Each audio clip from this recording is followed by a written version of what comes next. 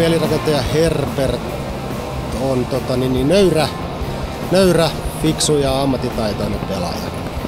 Mielestäni Herbertin vahvuudet on pelin johtaminen. Hän on fiksu ammattitaitoinen kaveri ja saa koko hyökkäyksen haltuunsa olemuksellaan. Herbertia odotettiin joukkueeseen pitkänä koko kevään ja nyt kun hän saapui, niin alkujännityksen jälkeen palaset alkavat loksahdella yhteen ja Herb löytää laitahyökkääjän hyvällä tarkkuudella ja sitä kautta hyökkäyksemme tulee olemaan kovassa kunnossa. The team is very organized, strong base, and I just love the organization part of the team. Compared to France, the level of play in Finland is, in my opinion, is very competitive. Versus in France, when you have some teams that were competitive and some teams that was kind of easy. I'm enjoying myself. Beautiful women, the city is beautiful, and the people are friendly.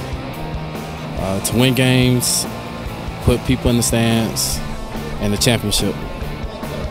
The difference between Finland and France, in general, I would say, minus the Eiffel Tower that France has, I'll say that in Finland is more tradition and it's more rich.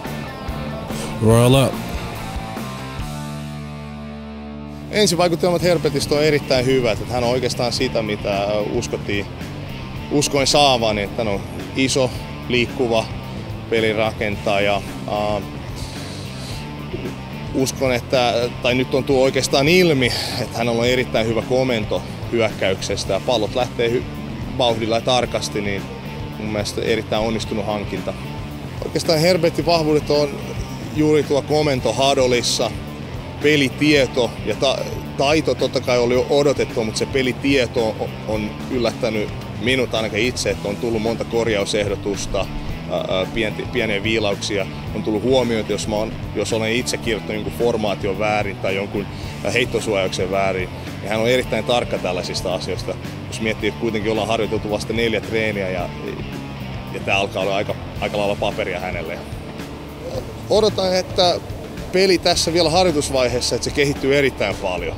Ollaan menty aika paljon nyt 2 päivän aikana ja mä näen, että tässä hyökkäyksessä tulee tosi paljon potentiaalia. Näen, että uskon, että meillä tulee olemaan tosi iskevä hyökkäys niin juoksupelissä kuin heittopelissä.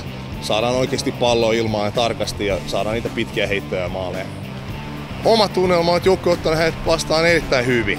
Herbertia tosiaan odotettiin todella pitkään ja vielä muutaman mutkankin kautta hän lopulta saapui sitten Vaasaan onneksi ajoissa ensimmäisiin treeneihin ja tulos on ollut hyvä. Jätkät on ottanut hänet tosi hyvin vastaan ja keskustelua käydään ja näyttää, että vastaanotto alustavasti on erittäin positiivinen.